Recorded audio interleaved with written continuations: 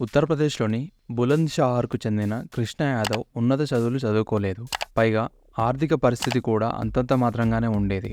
1990లలో ఆమె భర్త వ్యాపారం దివాలా తీయడంతో తీవ్రమైన ఇబ్బందులు ఎదుర్కోవాల్సి వచ్చింది. ఆ సమయంలో ఉన్న ఇంటిని అమ్మేయాల్సి వచ్చింది. ఆ తర్వాత స్నేహితుల వద్ద ₹500 అప్పుగా తీసుకొని బులందర్ షహర్ వదిలి ఢిల్లీకి వెళ్లారు.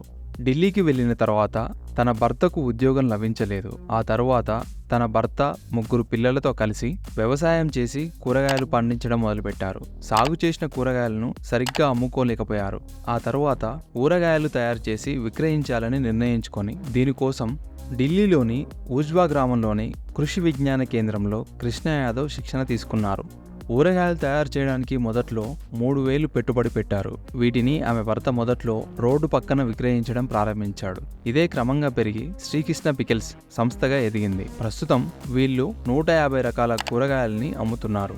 దేంట్లోనైనా విజయం సాధించాలంటే ఉన్నత చదువులే తప్పనిసరి కాదని ఓ మహిళ నిరూపించింది. కోట్ల సామ్రాజ్యాన్ని స్థాపించింది. నేడు ఎంతో మందికి ఆదర్శంగా నిలబడింది. Please subscribe more videos.